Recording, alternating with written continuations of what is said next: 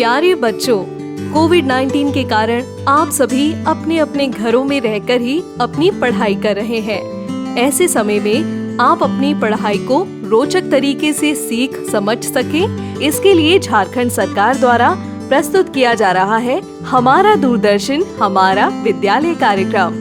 इसके माध्यम से आप प्रत्येक दिन सोमवार से शुक्रवार तक पूर्वाह्न 10 से 12 तथा अपराह्न 1 से 2 बजे तक अपनी अपनी कक्षाओं के अनुरूप कार्यक्रम देख सकेंगे। अब पढ़ाई नहीं रुकेगी। स्कूली शिक्षा एवं साक्षरता विभाग झारखंड। नमस्ते दोस्तों, आइए देखते हैं कि आज हम क्या पढ़ेंगे।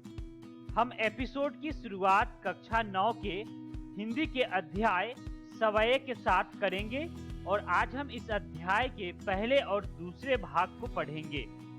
ठीक इसके बाद कक्षा 11 में हम बायोलॉजी के chapter morphology of flowering plants को पढ़ेंगे। तो आइए शुरू करते हैं हम अपना प्रोग्राम डीजी साथ। अब पढ़ाई नहीं रुकेगी।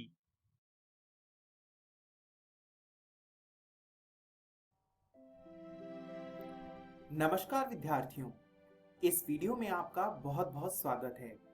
आज हम एक बहुत ही प्रसिद्ध कवि के बारे में पढ़ने जा रहे हैं जिनका नाम है रसखान, जो कि हमारी हिंदी की पाठ्य पुस्तक क्षितिज भाग 1 में भी संकलित है। तो आइए विद्यार्थियों, शुरू करते हैं ये वीडियो और जानते हैं इस वीडियो के विषय बिंदु। आज की इस वीडियो में हम सबसे पहले जानेंगे कि रसखान कौन थे, उनका जीवन कैसा था और उन्होंने अपने जीवन काल में किस प्रकार की रचनाएं की। इसके बाद हम पाठ्यपुस्तक में संकलित सवैयों का विषय जानेंगे कि किस प्रकार के विषयों का समन्वय कवि ने अपने सवैये में किया है। इसके बाद हम उन सवैयों का काव्य पाठ करेंगे और यह भी जानेंगे कि सवैया कहते किसे हैं। तो आइए विद्यार्थियों, बिना देरी के शुरू करते हैं ये वीडियो। स्क्रीन पर जो चित्र आपको दिखाई दे रहा है वो चित्र है कवि रसखान का, जिनका पूरा नाम सैयद इब्राहिम रसखान था। विद्यार्थियों, इन्हें कृष्ण से बहुत ही अधिक प्रेम था। इन्होंने कृष्ण में इतनी गहरी आस्था प्रकट की कि हिंदी साहित्य के लिए अद्वितीय उदाहरण बन गए, जिन्होंने मुस्लिम होते हुए भी कृष्ण की भक्ति का ऐसा अद्भुत स्वरूप लोगों के समक्ष प्रस्तुत किया कि लोग शब्दहीन हो गए। इनकी रचनाओं में प्रेम वाटिका और सुजान रसखान प्रसिद्ध हैं और यह 2 रचनाएं ही रसखान की प्रमाणिक रचनाएं मानी जाती हैं। इनकी रचनाओं का संकलन रसखान रचनावली के नाम से भी देखने को मिलता है। आइए विद्यार्थियों, अब हम पाठ्यपुस्तक में संकलित इनके सवैये का विषय जानते हैं। विद्यार्थियों, सवैयों में भक्ति परक विचार देखने को मिलता है। कवि किस प्रकार कृष्ण की भक्ति में लीन होकर उनसे अपना प्रेम प्रकट करता है, यह हम इन सवैयों में देख सकते हैं। साथ ही इन सवैयों में श्री कृष्ण की जीवन शैली के प्रति विशेष प्रकार का प्रेम दिखाया गया है, विशेष प्रकार की आस्था और श्रद्धा दिखाई गई है। सवैयों में कृष्ण से जुड़ी सजीव और निर्जीव वस्तुओं के प्रति भी प्रेम प्रकट किया गया है। विद्यार्थियों, आप सभी कृष्ण भगवान को तो जानते ही होंगे।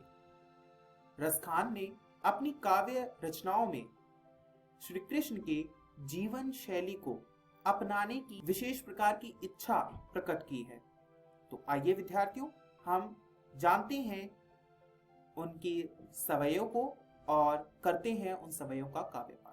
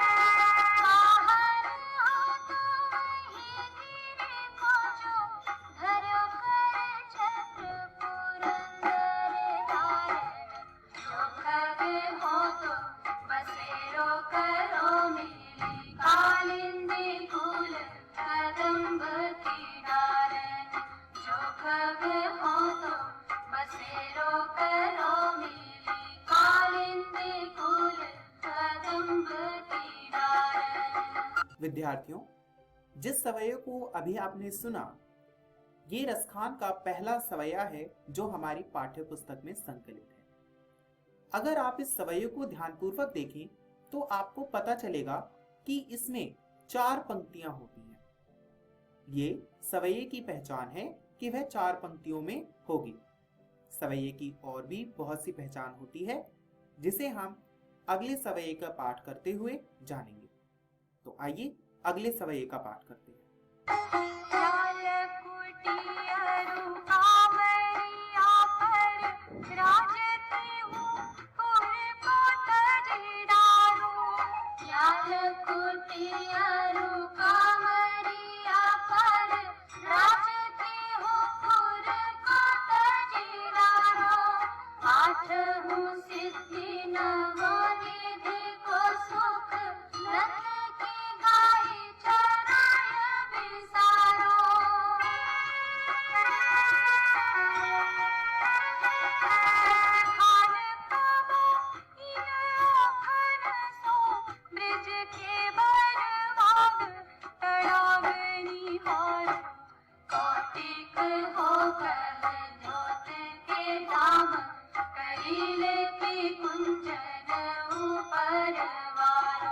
विद्यार्थियों, यदि आप इस सवैये को ध्यानपूर्वक देखें तो आप इस सवैये में दिए गए वर्णों की गणना कर सकते हैं। वास्तव में सवैया एक वार्णिक छंद होता है जिसकी रचना वर्णों की गिनती के अनुसार पर की जाती है। आइए विद्यार्थियों, अब हम अगला सवैया पढ़ते हैं।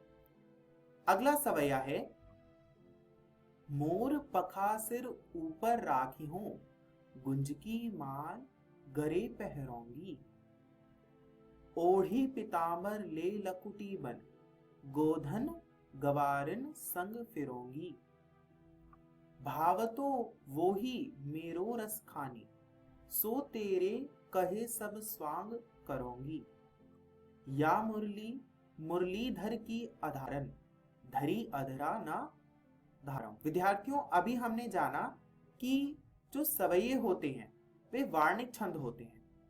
उनकी रचना जो होती है वह वर्णों की गिनती के आधार पर की जाती है। अगर आप इस सवैये में वर्णों की गिनती करने लगे तो आपको सवैयों में 22 से 26 वर्ण मिलेंगे। सवैये की यह पहचान होती है कि उसकी 4 पंक्तियां होती हैं और प्रत्येक पंक्ति में 22 से 26 वर्ण होते हैं। आइए विद्यार्थियों, अब हम अगला सवैया देखते हैं।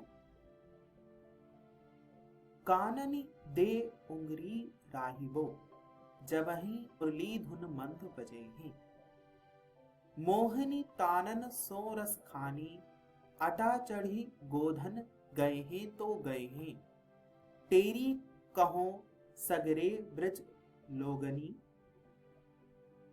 कालही को कितनो समझे हैं, माई रीवा मुख की मुस्कानी, संहारी ना जय हैं ना जय ना जय हैं। विद्यार्थियों, ये जो सवैया है इसे पढ़कर आप देख सकते हैं कि इसमें एक विशेष प्रकार का लय है और शुरू के 2 सवैये जिसे हमने संगीतात्मक रूप में सुना, इन सब को देखने के बाद हम ये कह सकते हैं कि सवैये में गेयता होती है और ये एक विशेष प्रकार की मुक्तक शैली में लिखे जाते हैं। यानी जो पहला सवैया है वह अर्थ के लिए दूसरे सवैये पर निर्भर नहीं है और ना ही दूसरा सवैया पहले सवैये पर अर्थ के लिए निर्भर है। दोनों स्वतंत्र अर्थ रखते हैं, इसीलिए ये सवैया जो है वह मुक्तक शैली में लिखा जाता है। आइए जानते हैं आज की वीडियो में हमने क्या कुछ पढ़ा। आज की इस वीडियो में हमने जाना कि रसखान कौन थे, रसखान की रचना शैली कैसी थी इत्यादि।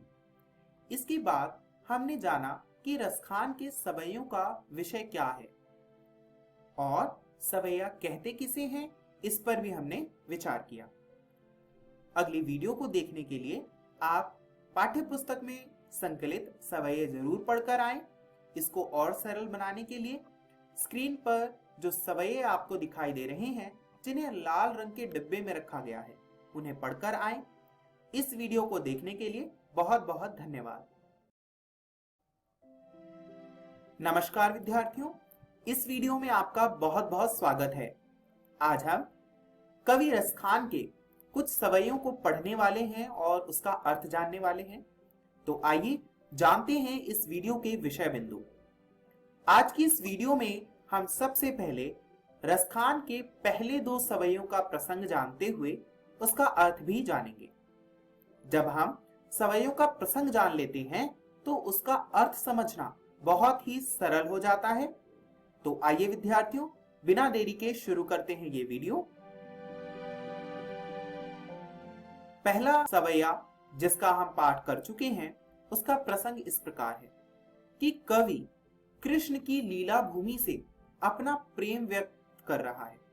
कृष्ण की लीला भूमि क्या थी विद्यार्थियों? ब्रिज भूमि। ब्रिज भूमि कृष्ण की लीला भूमि थी, जहां पर उन्होंने बाल लीलाएं रची। कवि उनकी जीवन शैली से अपना प्रेम प्रकट कर रहा है। उनके जैसा जीवन जीने के लिए कवि अपना सब कुछ न्योछावर करने के लिए तैयार है।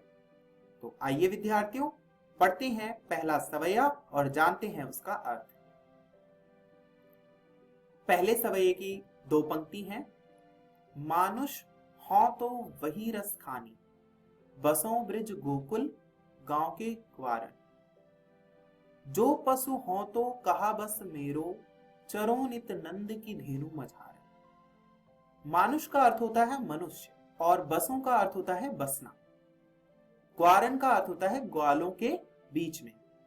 क्योंकि रसखान की काव्य भाषा जो है वह ब्रिज भाषा है, इसीलिए विद्यार्थियों यहाँ पर शब्द के अर्थ एक विशेष प्रक्रिया से निकाले जा रहे हैं।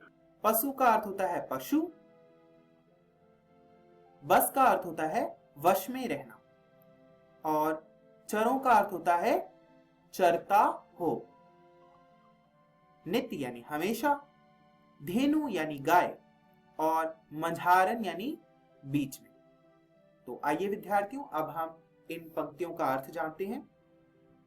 कवि कहता है, यदि इस संसार में किसी व्यक्ति ने जीवन लिया है और वह अपने जीवन को सफल बनाना चाहता है, तो वह वही है जिसने ब्रिज गांव में, ब्रिजलोक में अपना जीवन व्यतीत किया हो, जिसने जीवन के सभी आनंद ब्रिज भूमि में लिए हों, उसी का जीवन सफल है।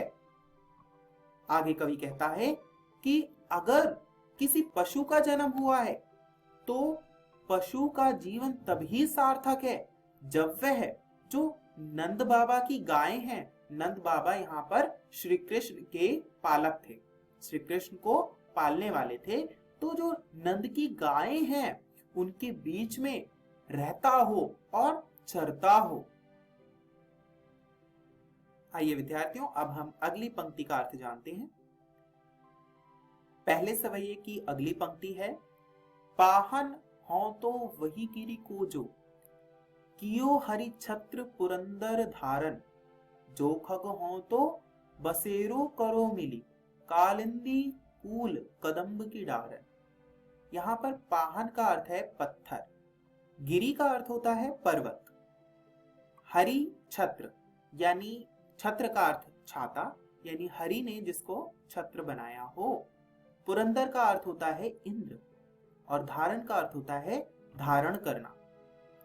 खग का अर्थ होता है पक्षी, बसेरो यानी निवास करना। कालिंदी यमुना का पर्यायवाची शब्द है। कूल का अर्थ होता है किनारा। कदम्ब एक विशेष प्रकार का वृक्ष होता है। डारन का अर्थ होता है शाखाएं। यहां पर कवि कहता है कि पर्वत जो है वह वही उत्तम है, उसी पर्वत को उत्तम माना जाना चाहिए, श्रेष्ठ मानना चाहिए, जिसे हरि ने, श्री कृष्ण ने धारण किया था। विद्यार्थियों, एक बार अचानक बहुत तेज वर्षा होने लगी थी। यह वर्षा इंद्र के कारण हो रही थी। इस पर ब्रिज में रहने वाले लोग बहुत ही घबरा गए। इस पर श्री कृष्ण ने उनकी सहायता करते हुए गोवर्धन पर्वत को अपनी उंगली पर उठा लिया।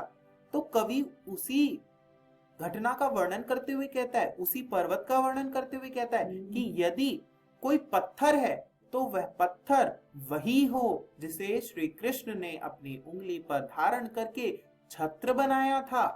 आगे वे कहते हैं कि पक्षी वही है, उसी का जीवन सार्थक है जिसने यमुना नदी के किनारे कदम्ब नामक वृक्ष के डालियों पर अपना निवास बना रखा है, अपना बसेरा बना रखा है। यहाँ पर आप देख सकते हैं कि रसखान ने अपने भक्ति भाव को किस प्रकार अपने सवैयों में प्रकट किया है। विद्यार्थियों, स्क्रीन पर जो आप चित्र देख रहे हैं वह चित्र है कदम्ब के पेड़ का। अब आप सभी कदम्ब का अर्थ भली प्रकार जान गए होंगे, तो आइए अब हम अगले सवैये का अर्थ जानते हैं। अर्थ जानने से पहले आइए उस सवैये का प्रसंग जानते हैं। इस सवैये में जो कवि है उसने श्री कृष्ण से जुड़ी जो वस्तुएं हैं उसके प्रति प्रेम प्रकट किया है। अब आप देखेंगे पहले सवैये में कवि जो है वह कृष्ण के गांव का, कृष्ण के परिवेश का वर्णन कर रहा है, पर इस सवैये में वो उनसे जुड़ी वस्तुओं का वर्णन कर रहा है और कवि साथ ही साथ कृष्ण की जीवन शैली से भी अपना प्रेम प्रकट कर रहा है। आइए विद्यार्थियों, अब हम इस सवैये का अर्थ जानते हैं।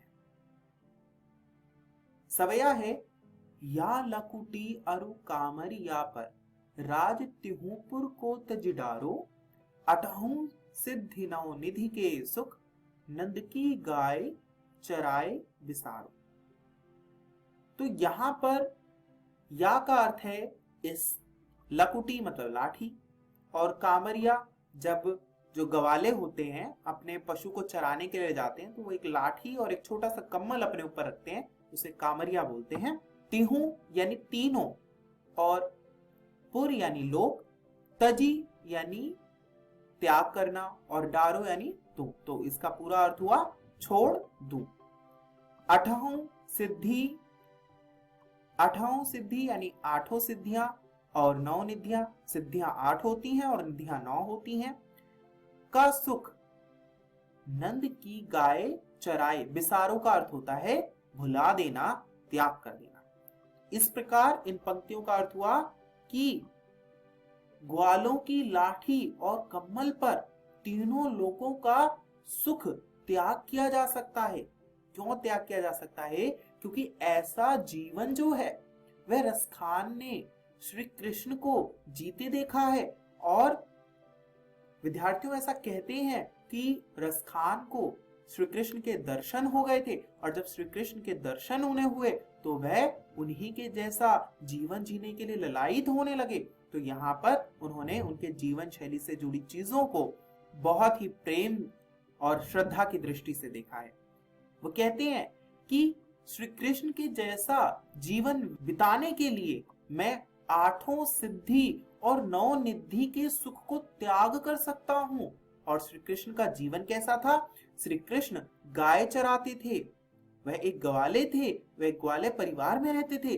तो कवि कहता है कि वह गाय चराने के लिए वह 8 सिद्धि और 9 निधि का सुख त्याग सकता है।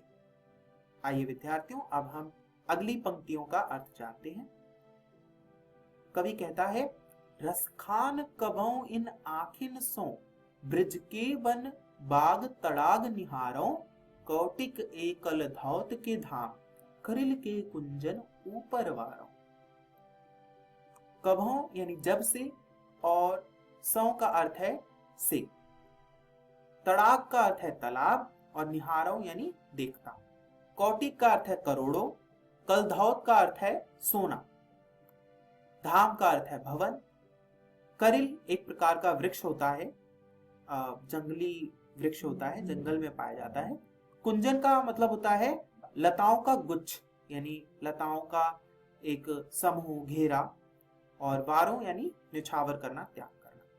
तो इस पंक्ति का अर्थ हुआ कि कभी यदि मुझे श्री कृष्ण की जन्मभूमि को देखने के लिए एक अवसर मिल जाए, यानी मुझे ब्रिज के वन और तालाब देखने को मिल जाएं, तो मैं उस दृश्य के लिए करोड़ों सोने के महल त्याग सकता हूँ। और विद्यार्थियों, वन में क्या होता है? वन में तो जंगली फूल और लताओं का गुच्छ होता है, लताओं का घेरा होता है। तो यहाँ पर कवि कह रहा है कि मैं जंगली करिल वृक्ष की लताओं के घेरे को देखने के लिए करोड़ों सोने के महल त्याग कर सकता हूँ। आइए विद्यार्थियों, हम देखते हैं कि इस वीडियो में हमने क्या कुछ सीखा।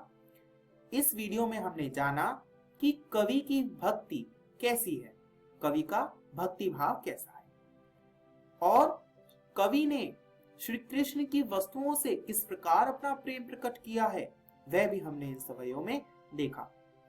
विद्यार्थियों, मुझे आशा है कि आपने इन सवैयों को पढ़ लिया होगा। यदि अभी तक नहीं पढ़ा तो घर जाकर जरूर पढ़ लीजिएगा। घर से शेष सवैये पढ़कर आएं। स्क्रीन पर उन सवैयों का चित्र दिखाई दे रहा होगा। इस वीडियो को देखने के लिए धन्यवाद।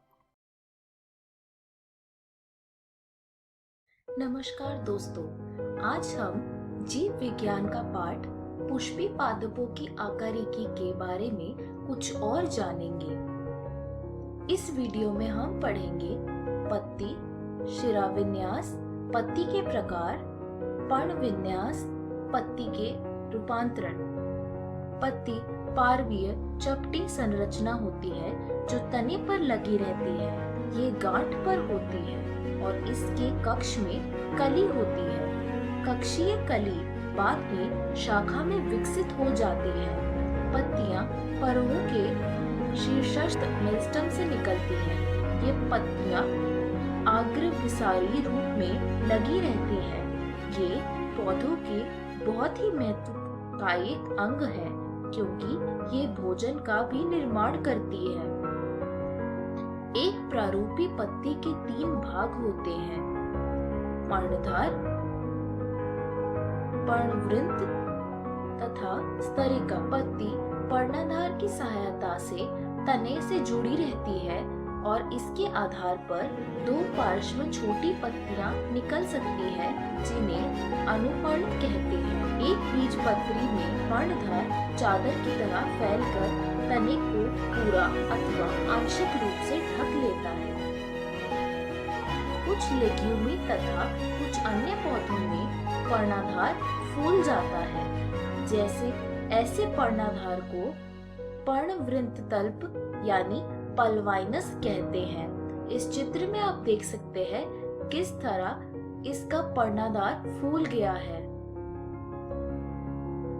पर्णवृंत पत्ती को इस तरह सजाता है जिससे कि इसे अधिकतम सूर्य की प्रकाश मिल सके। लंबा, पतला, लचीला पर्णवृंत स्तरिका को हवा में हिलाता रहता है ताकि ताजी हवा पत्ती को मिलती रहे। स्तरिका पत्ती का हरा तथा फैला हुआ भाग है जिसमें शिराएं तथा शिरिकाएं होती है। इसके बीच एक सुस्पष्ट शिरा होती है जिसे मध्य शिरा कहते हैं। शिराएं पत्ती को दृढ़ता प्रदान करती है और पानी, खनिज तथा भोजन के स्थानांतरण के लिए नलिकाओं की तरह कार्य करती है। विभिन्न पौधों में स्तरिका की आकृति, उसके सिरे, चोटी, सतह तथा कटाव में विभिन्नता होती है। शिरा विन्यास पत्ती पर शिरा तथा शिरिकाओं के विन्यास को शिरा विन्यास कहते हैं। शिरा विन्यास 2 प्रकार के होते हैं: जालिका शिरा विन्यास और समांतर शिरा विन्यास। जब शिरिकाएं स्तरिका पर एक जाल सा बनाती है तब उसे जालिका शिरा विन्यास कहते हैं। यह प्राय द्विबीजपत्री पौधों में मिलता है। जब शिरिकाएं समांतर होती है उसे समांतर शिरा विन्यास कहते हैं। ये प्राय एक बीजपत्री पौधों में मिलता है। पत्ती के प्रकार।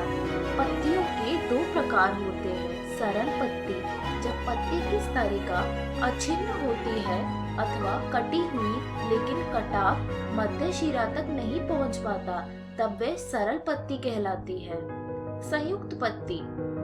जब स्तरिका का कटाव मध्य शिरा तक पहुँचे और बहुत पत्रकों में टूट जाए तो ऐसे पत्ती को संयुक्त पत्ती कहते हैं। जैसा कि आप इस चित्र में देख सकते हैं कि एक मध्य शिरा तक सारे कटाव पहुंच रहे हैं और पत्ती को छोटे छोटे पत्रकों में तोड़ रहे हैं। सरल तथा संयुक्त पत्तियों दोनों में पर्णवृत्त के कक्ष में कली होती है, लेकिन संयुक्त पत्ती के पत्रकों के कक्ष में कली नहीं होती। संयुक्त पत्तियां दो प्रकार की होती है, पीछाकार संयुक्त पत्ते और हस्ताकार संयुक्त पत्ते। पीछाकार संयुक्त पत्ते में बहुत से पत्रक एक ही अक्ष यानी एक्सिस को जो मध्य शिरा के रूप में होती है उस पर स्थित होते हैं। इसका उदाहरण नीम है। हस्ताकार संयुक्त पत्तियों में पत्रक एक ही बिंदु अर्थात पर्णवृत्त की चोटी से जुड़े होते हैं। उदाहरणतः सिल्क कॉटन वृक्ष। पर्ण विन्यास तने अथवा शाखा पर पत्तियों का विन्यास रहने के क्रम को पर्ण विन्यास कहते हैं। ये प्राय 3 प्रकार के होते हैं, एकांतर, सम्मुख और चक्करदार। एकांतर प्रकार के पर्ण विन्यास में एक अकेली पत्ती प्रत्येक गांठ पर एकांतर रूप में लगी रहती है। इसके उदाहरण है सरसों, गुड़हल और सूरजमुखी। सम्मुख प्रकार के पर्ण विन्यास में प्रत्येक गांठ पर एक जोड़ी पत्ती निकलती है और एक दूसरे के सम्मुख होती है। इसका उदाहरण है कैलोट्रोपिस और अमरूद। चक्करदार। यदि एक ही गांठ पर 2 से अधिक पत्तियां निकलती है और वे उसके चारों ओर एक चक्कर सा बनाती है तो उसे चक्करदार पर्णविन्यास कहते हैं। जैसे एल्स्टोनिया, जिसे हम डेविल ट्री भी कहते हैं। पत्ती के रूपांतरण। पत्ती को भोजन बनाने के लिए अतिरिक्त अन्य कार्यों के लिए रूपांतरण होना पड़ता है।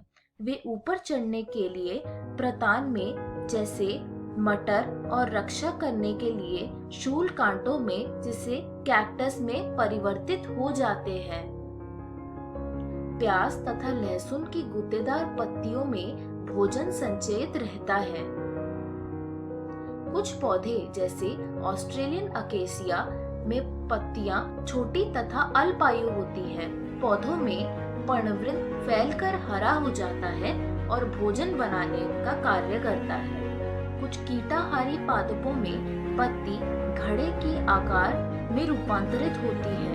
इसका उदाहरण है घटपर्णी, वीनस फ्लाई ट्रैप। इस वीडियो में हमने सीखा पत्ती, शिराविन्यास, पत्ती के प्रकार, पर्ण विन्यास और पत्ती के रूपांतरण के बारे में।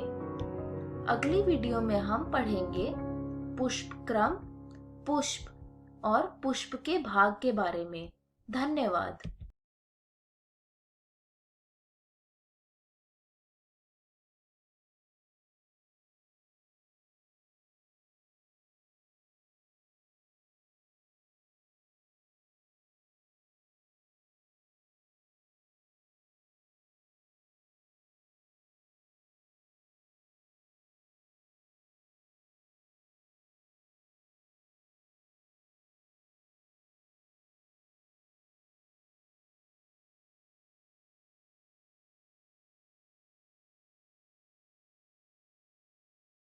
एपिसोड में आशा करता हूं कि आपको बहुत कुछ सीखने को मिला होगा। आइए देखते हैं कि आज हमने क्या पढ़ा। आज हमने कक्षा 9 में हिंदी के अध्याय सवाये को पढ़ा। ठीक इसके बाद कक्षा 11 में हम बायोलॉजी के chapter morphology of flowering plants को पढ़ा। आइए जानते हैं कि हम कल क्या पढ़ेंगे। दोस्तों, कल हम क्लास 9th में इंग्लिश के chapter the fun they had को पढ़ेंगे। ठीक इसके बाद क्लास 11th में इंग्लिश के चैप्टर द एड्रेस को पढ़ेंगे। इस प्रसारण से संबंधित सुझाव, अपने प्रश्न इत्यादि आप हमें jcertrg@gmail.com तथा टोल फ्री नंबर 1800 5728 585 पर संपर्क कर सकते हैं।